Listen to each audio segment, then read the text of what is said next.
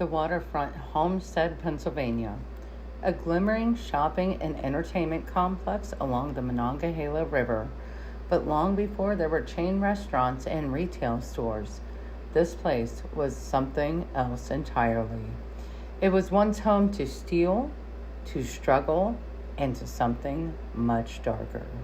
In the summer of 1987, a wave of terror gripped Homestead. Elderly women living alone in modest homes that lined the streets just beyond the old steel mill were being attacked. A man was breaking in at night, tying them up, raping them, robbing them. 6 women, all elderly, brutally violated in the span of months. Police were overwhelmed. Investigators grew desperate. They did something unthinkable, asking all black men in the area between 16 and 60 to come in and give fingerprints voluntarily. Still, the case dragged on. Leads ran dry. Fear took hold. In a last-ditch effort, detectives consulted a psychic, and she pointed them to somebody already on their radar, a young man named Dennis Foy. Foy had pawned a few items stolen from one of the victims. That pawn ticket led to a match. His fingerprints were everywhere. He was just 22, and he confessed to multiple attacks.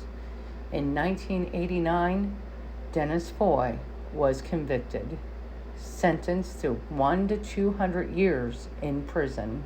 Justice was served, but the damage remained.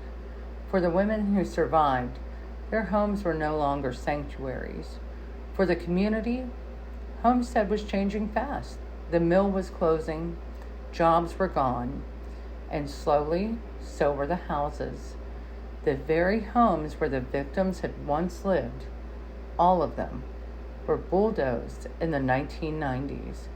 Entire streets wiped away, whether to erase the trauma or to make room for what came next. By the end of the decade, the land had new owners.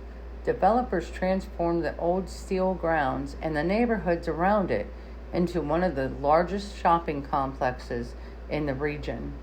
The Waterfront opened in 1999.